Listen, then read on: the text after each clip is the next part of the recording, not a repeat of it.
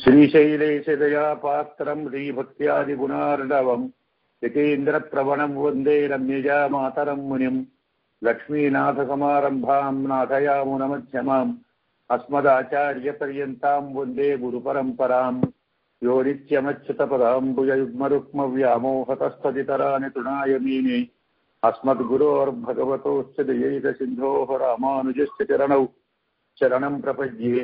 మాతాపితా యువతయస్తనయా విభూతిः సర్వం యదేవ నియమేన మదన్వయానాం ఆద్యస్య నః కులపతేర్వకులాభిరామం శ్రీమత్పతంజలియుగళం ప్రణమామి మూర్ధ్నా. భూతం సరశ్చ మహదాహ్వయభట్టనాథ శ్రీభక్తిసార కులశేఖర యోగివాహాన్ భక్తాంగ్రిరేణుపరకాల యతీంద్రమిశ్రాన్ శ్రీమత్పరాంకుశమునిం ప్రణతోऽస్మి నిత్యం. కూజంతం రామ రామేతి మధురం మధురాక్షరం ఆరుహ్య కవితాశాఖాం వందే వాల్మీకికోకిలం. వాల్మీకేర్మునిసింహస్య కవితావనచారిణః శృణువన్ రామకథానాదం కోనయాతి పరాం గతిం. యః పిబన్ సతతం రామచరితామృతసాగరం అతృప్తస్థం మునిం వందే ప్రాచేతసమకల్మషం. గోష్పదీకృతవారాసిం అశతీకృతరాక్షసం రామాయణ మహామాలా రత్నం వందే నీలాత్మజం. అంజనానందనం వీరం జానకీ శోకనాశనం కపీశమక్షహంతారం వందే లంకాభయంకరం. శ్రీరాఘవం దశరథాత్మజమప్రమేయం సీతాపతిం రఘుకులాన్వయరత్నదీపం ఆజానుబాహుమరవిందదలాయతాక్షం రామం నిశాచర వినాశకరం నమామి. శ్రీరఘునందన పరబ్రహ్మణే నమః. కన్యాభరణి సంజాతం వాసూలకులభూషణం శ్రీరంగార్య గురోః పుత్రం శఠగోపమహం భజే. అస్మతు గురుభ్యో నమః. భగవత్ బంధువులారా, జై శ్రీమన్నారాయణ. అస్మత్ గురుభ్యో నమః. మనం 9 శ్లోకాలు చెప్పుకున్నాం. 8వ శ్లోకాన్ని అనుసంధానం చేసుకొని 9 ప్రారంభించి ఆపాతముగా దాని భావాన్ని అనుసంధానం చేసుకున్నాం. చేష్టమానాం అధావిష్టాం పనగేంద్రవధూమివ రూప్యమానాం గ్రహేణేవ రోహిణీం ధూమకేతురా.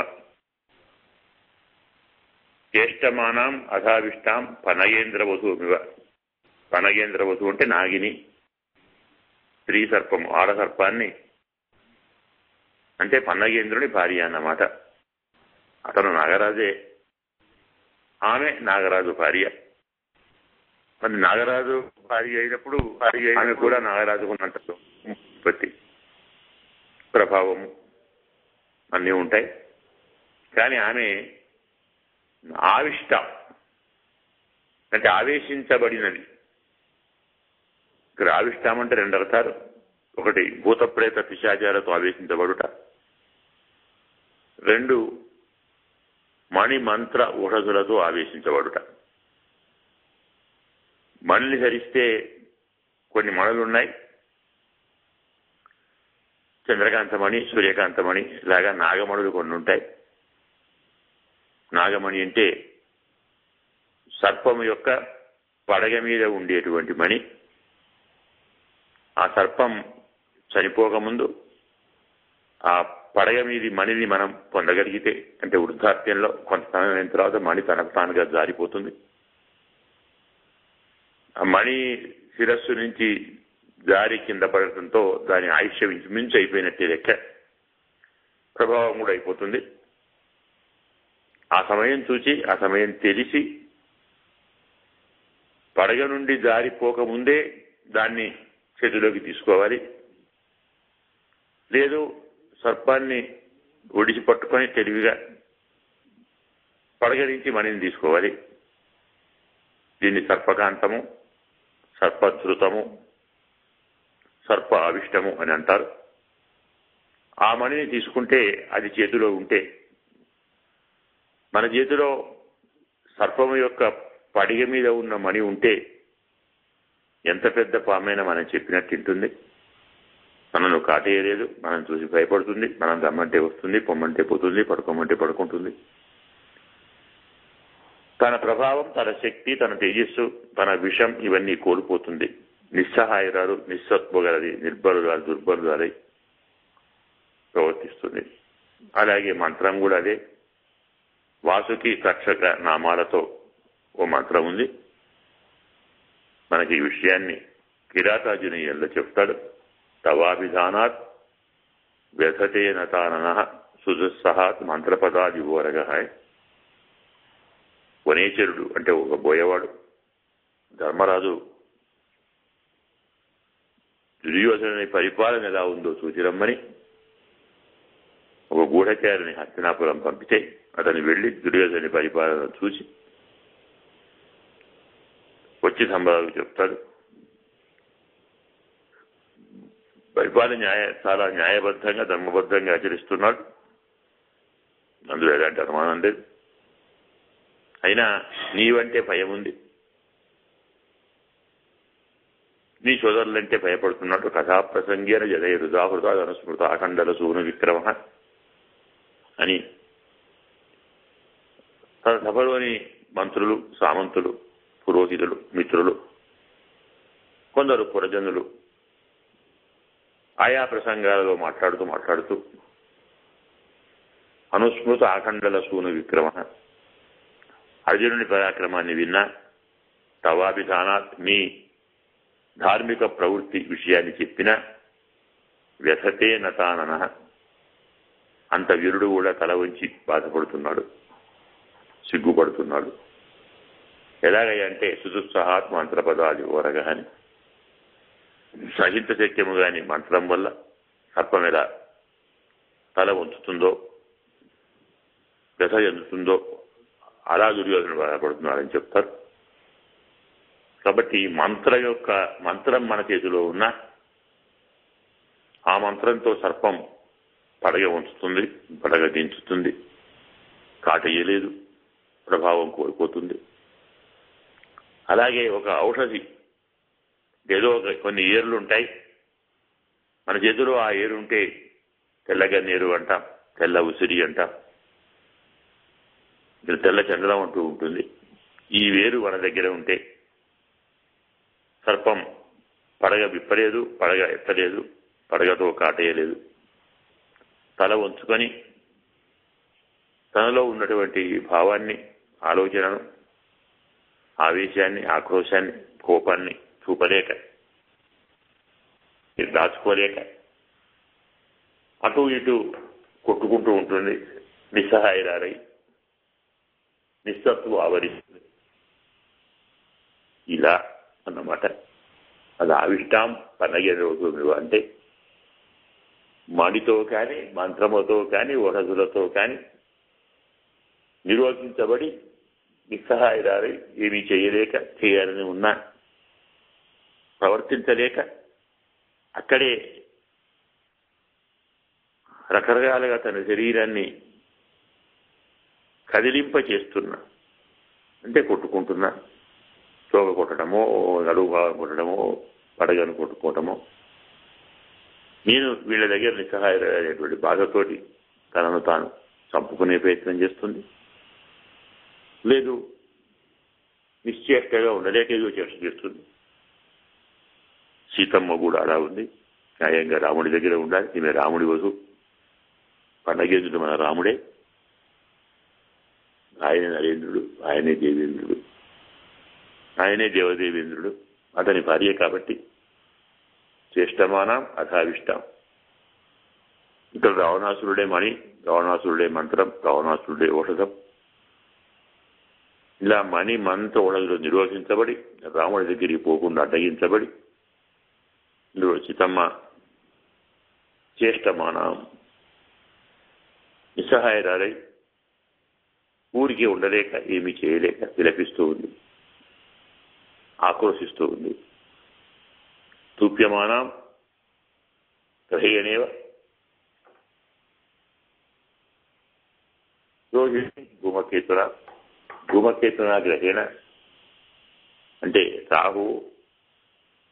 రాహువుతో సంతాపాన్ని పొందబడుతున్న రోహిణిలాగా.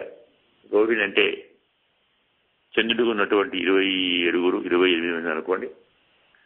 28 మంది భార్యల్లో ఆయనకు బాగా ఇష్టరాలు రోహిణి. అందరూ అక్కచెల్లెళ్ళే, అందరూ సమాన రూప గుణ శీలవతులే. కానీ పూర్వజన్మ యొక్క సంస్కారాన్ని బట్టి, యోగాన్ని బట్టి అనుబంధం ఏర్పడుతుంది. రుణానుబంధ రూపేణ పశుపత్ని సుతాలయ అని శాస్త్రం. పశువులు కానీ, భార్య కానీ, పుత్రులు కానీ, ఇళ్ళు కానీ, సంపద కానీ రుణానుబంధాన్ని బట్టి మనకి ఏర్పడుతుంది. రంభ లాంటి సౌందర్యవతి కూడా నచ్చదు. ఒక రూపు మీద ప్రేమ పుడుతుంది. ఆమె లోకం, ఆమె ప్రాణం, ఆమె బతకలేని స్థితి ఏర్పడుతుంది. ఒక స్త్రీతో కానీ, ఒక పురుషునితో కానీ, ఒక వ్యక్తితో కానీ గాఢ సంబంధం ఏర్పడడానికి కారణం సౌందర్యము కాదు, సౌశీల్యము కాదు, సౌభాగ్యము. అంటే పూర్వజన్మ బంధం. పూర్వజన్మలో వారిద్దరికి ఏదో సంబంధం ఉంటుంటుంది. ఇప్పుడు ఆ వ్యక్తిని చూడగానే ఆ సంస్కారం ఉద్బుద్ధమవుతుంది. వీడు నావాడు అనిపిస్తుంది. మనం లోకంలో చూస్తుంటాం. కొందరిని చూడగానే చాలా దగ్గరి వాళ్ళ కనపడతారు. తనతో స్నేహం చేయాలి, తనతో కలిసి ఉండాలి, అతనితోనే ఉండాలనిపిస్తుంది. అదే కొందరిని చూస్తే వీడు దుర్మార్గుడేమో, మంచివాడు కాదేమో, ఇలాంటి వాడితో దూరంగా ఉండాలి అనిపిస్తుంది. న్యాయంగా మనకి ఇద్దరు తెలియని వారే, ఇద్దరు కొత్త వారే, ఇద్దరిని ఇప్పుడే చూస్తున్నాం. కానీ ఆ అనుబంధం లేదా అసఖ్యం అనేది పూర్వజన్మ సంస్కారాన్ని బట్టి లభిస్తుంది. అలాగే 28 మంది భార్యల్లో చంద్రుడికి రోహిణి అంటే చాలా ఇష్టం. కొంచెం అందరికంటే సౌందర్యవతి, శీలవతి, అనురాగవతి, భర్తను తన గుప్పిట్లో పెట్టుకోగల నేర్పున్నటువంటి మహానుభావురాలు. తన కొంగున ముడి వేసుకుని అసలు ఆమె లేకుండా తాను ఉండలేడు అనే స్థితిలో చంద్రుడు ఉంటాడు. మనకి కదా భాగవతంలోనూ భారతంలోనూ వస్తుంది. తక్కిన వారందరూ వెళ్ళి తన తండ్రికి కంప్లైంట్ ఇస్తారు. చంద్రుడు ఒక రోగిణ్ణే చూసుకుంటున్నాడు, మమ్మల్ని ఎవరు చూసుకోవటం లేదు. మరి మేమందరం ఆయన భార్యమే కదా, అందరినీ సమానంగా చూడాలి. ఒక ఆమెతోనే ఎక్కువ ప్రేమగా ఉంటే మేమందరం ఏం కావాలి? పాపం దక్షుడు కూడా చాలాసార్లు చెప్తాడు చంద్రుడికి, అయినా వినడు. చివరికి శాపం కూడా పెడతాడు. అదే కురూపం, క్షయవ్యాధి. తర్వాత ఆ వ్యాధిని శ్రీరంగంలోని స్వామి పుష్కరిణిలో స్నానం చేసి పోగొట్టుకుంటాడు. అంటే స్వామి పుష్కరిణి, దానికే పేరు చంద్ర పుష్కరిణి అని. చంద్రుడిని స్వామి అని అంటారు. స్వామి పుష్కరిణి అనేది తిరుపతిలో ఉంది. శ్రీరంగంలో ఉండేటువంటి పుష్కరిణి చంద్ర పుష్కరిణి అంటారు. చంద్రుడు స్నానం చేసి తన వ్యాధిని పోగొట్టుకున్నాడు కాబట్టి చంద్ర పుష్కరిణి అంటారు. గ్రహీణీయో ధూమకేతున రాహుగ్రహంతో సంతాపం పొందించబడిన రోహిణిలాగా ఉంది సీతమ్మ. వృత్తశీల కురే జాతాం ఆచారవతి సార్మికే పునః సంస్కారమాపన్నాం జాతామికి దుష్కుడే. ఇక ఈ మొత్తం పురుషకాల వైభవమే, అమ్మవారి వైభవమే. ఈ అమ్మవారి స్తోత్రం మన యోగి ఆల్రెడీ చెప్పుకున్నాం. 18వ సర్గం, 15వ సర్గం, అలాగే 19వ సర్గం. ఈ 3 సర్గలు పురుషకాల వైభవమే. ఇక 16, 17 అనేటువంటిది ఆచార్య కృప, ఆచార్య కరుణ. అందులో మనస్సు యొక్క సంబంధం. అందువల్ల 15, ముఖ్యంగా 19, అలాగే మనకు ఈ సర్గలు రోజు పారాయణం చేస్తే ఆదిశంకరుని కనకధారావ్రత స్తోత్రం పారాయణ చేసి కలిగేటువంటి అమ్మవారి అనుగ్రహం లాగా అమ్మ అనుగ్రహం కలుగుతుందని పూర్వజరి సంప్రదాయం. ఎందుకంటే అన్ని అమ్మనామలేవి. వృత్తశీల కురే జాతాం ఆచారవతి ధార్మికే పునః సంస్కారమాపన్నాం జాతామికి దుష్కుడే. ఈమె ఎలా ఉందంటే వృత్తశీల కురే. వృత్తం అంటే ఆచారం, శీలం అంటే స్వభావం, సత్స్వభావం శీలం అంట. ఆచారము, సత్స్వభావము ఈ రెండు ఉన్నటువంటి మంచి కులంలో జాత పుట్టినటువంటి మహానుభావురాలు అంటే ఏమిటి? శాస్త్రం విధించబడినటువంటి ఆచార వ్యవహారాలు కల మహానుభావురాలు. ఎందుకంటే శాస్త్రం ప్రతి వారికి బ్రాహ్మణ, క్షత్రియ, వైశ్య, శూద్రులకు ఆయా కర్మలు విధించారు, ఆయా ఆచారాలు విధించారు, ఆయా స్వభావాలు, ఆయా స్వరూపాలు చెప్పారు. చాలా మంది వాటిని చెయ్యరు, కొందరు వాటిని చేస్తారు. మంచి కులంలో పుట్టాలి, మంచి ఆచారం ఉండాలి, శాస్త్రం యందు విశ్వాసం ఉండాలి, శాస్త్ర విధిని అనుసరించేవారు కావాలి. శాస్త్ర విధిని అనుసరించటానికి తన యోగక్షేమాలను, తన వారి యోగక్షేమాలను కూడా లెక్కించనంత దిగ్ధమైన ఆస్థ అంటాం. అంటే పట్టుదల, శ్రద్ధ ఇవి ఉండాలి. ఇలా ఉన్నవారిని సత్స్వభావము, శీలము అంటాం. వాటిని ఖచ్చితంగా ఆచరించడాన్ని వృత్తము అంటాం. అంటే ఆచారము కలవారు, మరి స్వభావము కలవారు.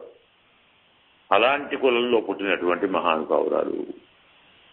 ఇంకా ఆచారవతి ధార్మికి, మళ్ళీ ధార్మికమైనటువంటి కులంలో, వృత్తము, శీలము ఇవి ఉన్నటువంటి కులములో, ఆచారం ఉన్న కులంలో, ధర్మ ప్రవృత్తి ఉన్న కులంలో అటు విదేహ వంశం, ఇటు విశ్వాక్ వంశం. పుట్టినది అలానే, మెట్టినది అలానే. రెండు కులాలు, రెండు వంశాలు అంత గొప్పవి. ధార్మిక కులం, ధార్మిక వంశం, ఆచారవాన్ వంశం, శీల వంశం, కుల వంశం. అందులోనే పుట్టింది, అందులోనే పెరిగింది. అయినా పూర్వకర్మ అనువశంగా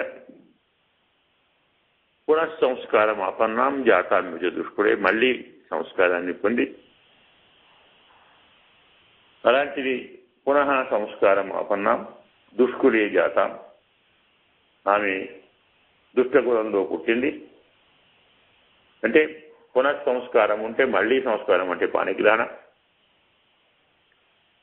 మొదలు ఉత్తమ కులంలో పుట్టి ఉత్తమ ఆచారవతి, ఉత్తమ స్వభావగలదే ఉండి, దుష్కులంలో పుట్టి అలా అందులో వివాహాది సంస్కారాలు పొందినట్టుగా. అంటే ఒక విషయం తెలుసుకోవాలి ఇక్కడ మనం. పురుషుడికి ఉపనయనం ఎలా ద్వితీయ సంస్కారమో, పునర్జన్మనో, ద్విజన్మనో, స్త్రీకి వివాహం కూడా రెండవ జన్మే. అదే మన సంస్కారం. మగవానికి ఉపనయనం సంస్కారం అయితే, పునఃసంస్కారం అయితే, స్త్రీకి వివాహం పునఃసంస్కారం. ఆ పునఃసంస్కారం అంటే వివాహాన్ని పొందిన తర్వాత దుష్కులంలో పుట్టినట్టుగా, అంటే దుష్కుల సంబంధాన్ని ఏర్పరచుకున్నట్టుగా. ఇక్ష్వాకు వంశంలో, మన నిజల వంశంలో, జనక వంశంలో పుట్టింది, ఇక్ష్వాకు వంశంలో వచ్చేసింది. కానీ ఇప్పుడు ఒకే జన్మలో ఇన్ని మారాయి. దుర్మార్గుడు రావణాసురుడు వచ్చి లంకలో బంధించాడు. ఇది అన్నమాట దుష్కులే జాతాం. దుష్కులం అంటే లంక, జాతాం అంటే హృతాం. పునఃసంస్కారం ఆపన్నాం.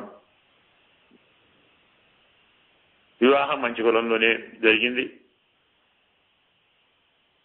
మంచి కులంలో పుట్టింది, మంచి ఆచారం ఉంది, మంచి స్వభావం ఉంది.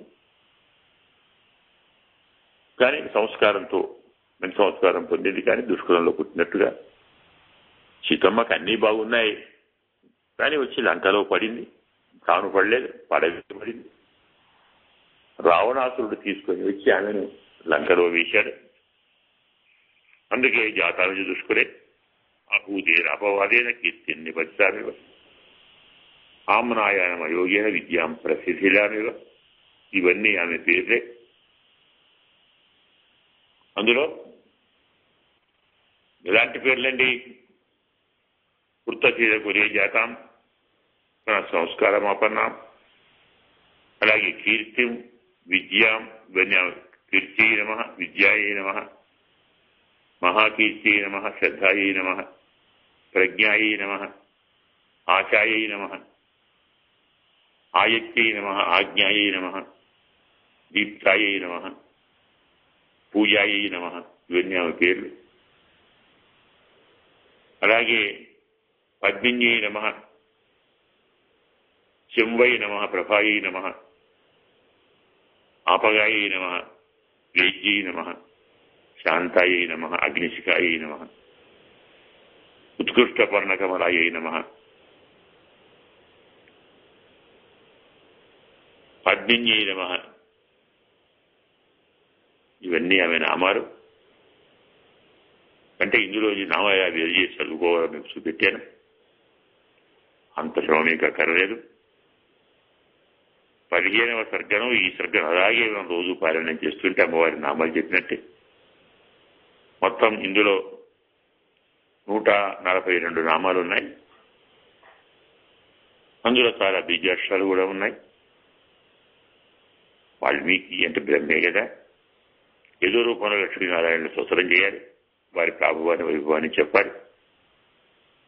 అలాగే జీవుడు ఎలాంటి వాడో, ఎంత మంచివాడో, ఎంత బుద్ధిమంతుడో, ఎంత మంచి కులంలో పుట్టాడో, కానీ దుష్కులంలోకి వచ్చి అంటే ప్రకృతిలోకి వచ్చి ప్రకృతి సంబంధాన్ని ఏర్పరచుకొని అదే తాననుకొని తనను తాను మర్చిపోయి దుష్ప్రవృత్తి కలిగి ఉంటారు. ఇలాంటి వాడి దుష్ప్రవృత్తి అమ్మవారిని మనం స్తోత్రం చేయటంలో, కీర్తించడంలో పోతుంది అనే ఉద్దేశంతో స్వామి అమ్మవారి నామాలన్నీ చెప్పారు. అభూతేన అపవాదేన కీర్తిని నిబద్ధించారు. చాలా కోశాలలో ఈ శ్లోకం కనపడదు. దీన్ని గోవిందరాజు మాత్రమే స్వీకరించాడు ఈ శ్లోకాన్ని. ఆయనే దీనికి వ్యాఖ్యానం చేశాడు. తక్కిన వ్యాఖ్యానకాలు ఈ శ్లోకానికి చెప్పుకోలేదు. అంటే వారికి దొరికిన గ్రంథంలో ఉన్న పాఠంలో ఈ శ్లోకం లేదు. ఏమైనా మనకు మనం వ్యాఖ్యానం చేసుకుందాం. వ్యాఖ్యానంలో లేకుండా మనం వ్యాఖ్యానం చేసుకున్నాం, ఇబ్బంది ఏం లేదు. అందులో అమ్మవారి పేరుంది కదా, కీర్తి ఉంది. కాబట్టి అపూతైన అపవాదేన లేనిపోయి అపవాదంతో అసత్యమైన అపనిందలు అంటాం. అపవాదం అంటే అపనింద. అసత్యమైన అపనిందతోటి పతనమైన కీర్తి వరే. కీర్తి మంచిదే, మనం మంచివాళ్ళమే, మనకున్న కీర్తి కూడా మంచిదే. ఇలా కీర్తి బాగా పెంచుకుంటూ పోతుంటే పెరుగుతుంటూ చూసేవాళ్ళు సహించరు కదా. అందువల్ల ఎవరో చిన్నప్పుడు వాళ్ళు పడేస్తారు. పడేసి దాన్ని వాళ్లే కావాలని ప్రచారం కూడా చేస్తారు. ఇంటింటా వెళ్ళి చెప్తారు. ఎక్కడ ఎవరు అదే విషయం చెప్పుకుంటారు. ఎందుకంటే ప్రచారంతో మేకపిల్ల గాడిద అవుతుంది, గాడిద పిల్ల మేక అవుతుంది అనే శాస్త్రం మన కథ కూడా చెప్పుకున్నాం. పాత రోజుల్లో తరగతుల్లో 3వ తరగతి 4వ తరగతుల్లో వాచకాలు ఉండేది. ఆ వాచకాల్లో ఇలాంటి కథలు ఉండేది. ఓ బ్రాహ్మణోత్తముడు ఓ మేకపిల్లను కొనుక్కొని పెంచుకొని పాలతోటి తన పిల్లలకు మందు కోసం పాల కోసం తీసుకొని వెళుతుంటే ఆ మేక బాగుందని దాన్ని అపహరించాలని ఓ ఉపాయం ఆలోచించి మొదలు ఒకడు కలిసి ఏమయ్యా బ్రాహ్మణుడు రాజారాముడు శ్రోత్రియుడు బ్రహ్మనిష్ఠుడు, నీకు ఇదేం బుద్ధి అయ్యా గాడిదని తీసుకొని పోతున్నావు? ఎందుకు గాడిద పాల మందుకు కావాలా? ఆయన పాలిస్తుందా గాడిద ఇది అని అడిగారు. మీకు పిచ్చా ఇది గాడిద ఏమిటయ్యా మేక నేను తీసుకుపోతున్నాను. సరే మీ ఇష్టం అన్నాడు. అయితే ఇంకోటి కలిశాడు. అదేంటి గురువు గారు గాడిదని తీసుకుపోతున్నారు? మీరు అసలు బ్రాహ్మణులు గాడిదని ముట్టుకోకూడదు కదా, పట్టుకొని పోతున్నారు ఏమిటి? దాని పాలు మందుకు వాడతారా? ఏమిటంటే వీడిలా అంటున్నారు ఏమిటి? ఇది మేక కదా గాడిద ఏమిటి? నీకు అట్లా నీ కాళ్ళు లేవు, ఇది మేకలా గాడిద అంటావేంటి అని పోయాడు. మరికొంచెం దూరం పోతే ఇంకోటి కనపడ్డాడు. అయ్యో స్వామి ఇదేమిటండి గాడిదని తీసుకుపోతున్నారు? మీరు గాడిదని తాకొచ్చునా? నాకివ్వండి నీ గాడిదని పెట్టొచ్చేస్తాను. నీకేం రోగం రా, మేకను గాడిదంటావు, ఇది గాడిదేంటి మేక అని వాడిని బెదిరించాడు. భగవంతుడు ఇంకోటి కనపడ్డాడు, వాడిదేమాట అన్నాడు, ఏమండి గాడిపోతున్నారు. ఇలా ఒకరు, ఇద్దరు, ముగ్గురు, నలుగురు, ఐదుగురు, ఆరుగురు అదే మాట వినేసరికి నిజంగా గాడిదేనేమో, ఇది నాకే భ్రమ ఉందో ఏమో. అయితే పిచ్చి ఒకళ్ళకుంటుంది, ఇద్దరికి ఉంటుందిగా, ఇంతమందికి ఉంటుందా? అందరు దీన్ని గాడిదే అంటున్నారు, నాదే తప్పేమో, గాడిదే కావచ్చు, నాకెందుకే వదిలిపెట్టారు. తర్వాత దాన్ని ఈ ఆవులుగా తీసుకొని పోయి దాన్ని వండుకొస్తున్నారని శాస్త్రం. అంటే పదుగురాడు మాట పాడి అయి ధర చెల్లని ఒక తెలుగులో శ్లోకం ఉంది. 10 మంది ఏ మాట అంటే అదే అవుతుంది. అలాగే అభూతైన అపవాదైన కీర్తిని పతితామివ, లేనిపోయిన అపవాదంతో ఫలితమైన కీర్తిలాగా ఉంది. ఆమ్నాయానమ యోగేన విద్యాం ప్రసిద్ధిదామివ, మనకెన్నో విద్యలున్నాయి. ఏ విద్య ఉందో దానికి ఆమ్నాయం అంటే ప్రమాణం ఉండాలి, అది విద్య అని, ఇది ఈ తత్వాన్ని బోధిస్తుందని, దీన్ని అధ్యయనం చేయాలి అని, ఇందులో ఉన్న జ్ఞానాన్ని బోధించగల వాళ్ళు కావాలి. వ్యాఖ్యానం చేయాలంటే ఆమ్నాయం కావాలి. రామాయణానికి ఆమ్నాయం గోవిందరాజీయం, తిలకీయం, మహేశభట్టీయం, రామానుజీయం, ఇలా 4 వ్యాఖ్యానం ఆమ్నాయాలంట. మరి వ్యాఖ్యానం లేదనుకోండి మనకు ఉంది, ఏమర్థం అవుతుంది రామాయణం మనకు? ఈ విద్యాం ప్రసిద్ధిరామి ఇవంటే ఏం తెలుస్తుంది? ఆయా విద్యలు శిథిలమైపోయాయి, అంటే విస్మరించబడ్డాయి, ఆదరించబడలేదు. ఎందుకు? కాపాలిక ఆచారం ఉంది, భైరవాచారం ఉంది, ఇంకేదో వామాచారం అంటాం, ధూమాచారం అంటాం, వక్రాచారం అంటాం, రకరకాలుగా ఉన్నాయి, చాలా విద్యలు ఉన్నాయి. కానీ వాటిని అందరూ ఆచరిస్తారా? అందరూ వాటిని అనుసరిస్తారా? అనువదిస్తారా?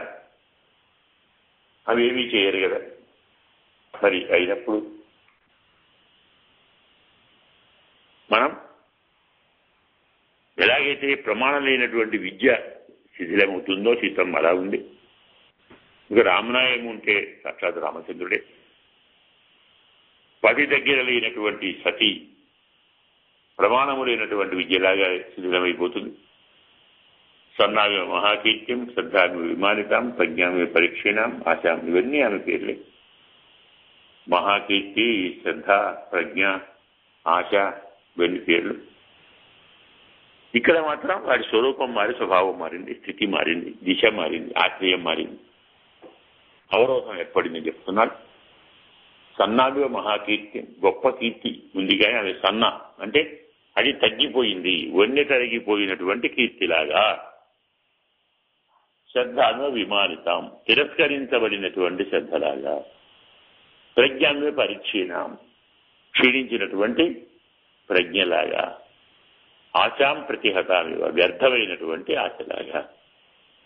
న్యాయంగానే మహాకీర్తి, శ్రద్ధ, ప్రజ్ఞ, ఆశ వారి పేరు ఇవన్నీ. మహాకీర్తి నమ, శ్రద్ధాయి నమ, ప్రజ్ఞాయి నమ, ఆశాయి నమ, ఇవన్నీ ఆమె పేర్లు. కానీ ఇప్పుడు ఇక్కడ ఏమైంది? ఆమె ప్రభావం అంతా తగ్గిపోయింది, తానే తగ్గించుకుంది. రావణాసురుని దగ్గరికి వచ్చి అతని నిర్బంధంలో ఉంది కాబట్టి తన శక్తి సామర్థ్యాలన్నీ సన్నగించుకొని తన తోటి స్త్రీలను చెడ నుండి విడిపించాలని తాను బాధలన్నీ పడుతుంది. న్యాయంగా అమ్మవారి వైభవమే. ఇంచుమించు జీవుడు ఇలాంటి వాడే, వాడు ప్రజ్ఞావంతుడే, వాడు సత్యకామ, సత్యసంకల్ప, అపహత పాప్మ, విజర, విమృత్యు, విచికిత్స, అనాశ, అపిపాస అని అష్టగుణాలు జీవునికి ఉన్నాయి, పరమాత్మకు ఉన్నట్టుగా. కానీ ప్రకృతిలో బంధించబడి తన ప్రభావాన్ని కోల్పోయాడు. సీతమ్మ చాలా గొప్పదే, మహానుభావురాలే, కానీ రావణాసురుని చేత బంధించబడి నిర్బంధించబడి తేజోహీనురాలైంది. అదే ఆమె సన్నామి మహాకీర్తి, శ్రద్ధామి విమానిత, నశించినటువంటి, జీర్ణించినటువంటి, శీర్ణమైనటువంటి కీర్తి, అవమానించబడినటువంటి శ్రద్ధ, క్షీణించినటువంటి ప్రజ్ఞ, వ్యర్థమైనటువంటి లాగా ఉంది. ఆయతీమ విధ్వస్తాం, ఇంకో పేరు ఆయతి, ఆమెకు ఆయతి పేరు ఆయతి. ఆయతి అంటే అభివృద్ధి సంపద, వృద్ధి పొందిన సంపదను ఆయతి అంటారు. కానీ ఎలాంటి ఆయతి? విధ్వస్తాం, ధ్వంసమైనటువంటి అభివృద్ధి కలది. అభివృద్ధి ఉండేది ధ్వంసం అయిపోయింది. ఆజ్ఞాం ప్రతిహతామివ, ఆజ్ఞాయేనమా ఆమె పేరు. తిరస్కరించబడినటువంటి ఆజ్ఞలాగా ఉంది. దీప్తాన్వ దిశంకాయే పూజాం అపహతామివ, ఆమె దీప్తామివ దిశం. న్యాయంగా ఆ మహానుభావురాలు ఎలా ఉంది అంటే దిశం దీప్తం, ప్రకాశిస్తూ ఉన్నటువంటి మహానుభావురాలు. కానీ ఇవి యొక్క కాంతి అంత అనుకూలంగా లేదు, వ్యతిరేకంగా కాంతి ఉంది. రాజుగారి అంతేమిటి, బాగా ప్రకాశిస్తున్నటువంటి దీపాన్ని మరో దిక్కు మరల్చి కాంతిని తగ్గించినట్టుగా, దిశం దీప్తామివ దిశం, ప్రకాశిస్తున్నటువంటి దీపాన్ని ఇంకో దిక్కు మరల్చున్నట్టుగా, బాగా కనపడుతున్న దిక్కును ప్రకాశంగా కలిగి తీసేసి అంధకారంలో ముంచినట్టుగా, పూజాం అపహతామివ, చక్కగా పూజ చేస్తుంటే దాన్ని విఘ్నం అడ్డగించి పూజను ఆపేసినట్టుగా, ఆపేయబడిన పూజలాగా, యథాకాలంలో ఆచరిస్తున్న పూజను నిరోధించబడినట్టుగాను, బాగా ప్రకాశిస్తున్న దీపానికి జ్యోతిని తగ్గించినట్టుగాను, ప్రతిహతాం ఆజ్ఞాం, తిరస్కరించబడినటువంటి రాజుగారి ఆజ్ఞలాగాను, నశించబడినటువంటి అభివృద్ధిలాగాను ఉంది సీతమ్మ. పౌర్ణమాసిమివ నిశాం సమోగ్రస్తేందు మండలాం. నయంగా పున్నమ నాటి రాత్రి ఎంత అద్భుతంగా ఉంటుందండి వెన్నెల, చాలా ప్రకాశంగా ఉంటుంది. కానీ ఆ రోజే రాహు చంద్రుడిని పట్టేశాడు. గ్రహణం అనేది పున్నమ నాడే వస్తుంది. న్యాయంగా పున్నమ నాడు చంద్రుడు చాలా పిండి ఆరబోసినట్టు వెన్నెల బాగా ఉంటుంది. కానీ గ్రహణం పడితే చంద్రుడు కాంతిహీనుడవుతాడు, వెన్నెల కాస్త పోతుంది.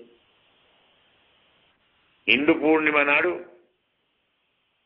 గ్రహణంతో బాధించబడుతున్న చంద్రుడున్న పూర్ణిమలాగా, న్యాయంగా పూర్ణిమే, వెన్నెల బాగా ఉండాలి, చంద్రుడు ఉన్నాడు, పున్నమ ఉంది, అయితే కాంతి లేదు. ఎందుకు ఆ కాంతికి అడ్డుపడ్డాడు రాహు? గ్రహణం నాటి గ్రహణంతో, రాహుగ్రహంతో బంధించబడిన పట్టబడిన చంద్రుడున్న పున్నమ రాత్రిలాగా కాంతి తొలగిపోయింది. పూర్ణమాసులో నిశాం రాహుగ్రస్తేందు మండలం పద్మైవ విధ్వస్తాం హతసూరాం చెమూమివ. పద్మిని ఇంటి సరస్సు, ఏనుగొచ్చి సరస్సులో స్నానం చేసి అల్లకల్లోలం చేస్తే అందులో ఉన్న పద్మాలని ధ్వంసమైపోతాయి. నయంగా సరస్సే, జలం బాగుంది, పద్మాలు కూడా బాగున్నాయి. వాటిని ఏనుగొచ్చి లేకుంటే నీ పాపం ఏం చేస్తాం? సీతమ్మ మంచిదే, రాముడు మంచివాడు, స్వభావం మంచిదే, పరశురాములాగా ఉంది. దాన్ని యముడిలాగా రావణాసురుడు వచ్చి దాన్ని భంగం చేశాడు. అందుకే అలాంటి ఉపమానాలు చెప్తున్నారు. రాహువుతో పీడించబడినటువంటి చంద్రుడున్న పూర్ణమలాగా రావణాసురుడితో పీడించబడిన సీతమ్మ ఉంది. ఆమె పద్మిని అయితే రావణాసురుడు ఏనుగు అల్లకల్లోలం చేస్తున్నాడు. ప్రభామి తమోధ్వస్తాం ఉపక్షీణామి వాపగాం. కాంతి బాగా ఉంది, కానీ చీకటి ఎక్కువై దానితో కాంతి వన్న పెరిగింది. నయంగా కాంతి చీకటిని పోగొట్టాలి, ఇక్కడ చీకటే కాంతిని పోగొడుతున్నది. అంటే ఎంత పరిధిలో ఉన్నటువంటి కాంతిని దీపం ప్రసరిస్తుందో, ఆ కాంతి ఎంత దూరం పెడుతుందో శాస్త్రం ఉంది. కొంచెం దగ్గరలో దాని కాంతి ప్రసరించే ప్రదేశానికి కొంచెం ఇతల ఓ చిన్న మణిని లేదా మంత్రాన్ని లేదా ఒకటిని మనం చేతిలో పట్టుకుంటే లేదా ఒంట్లో దుప్పుకుంటే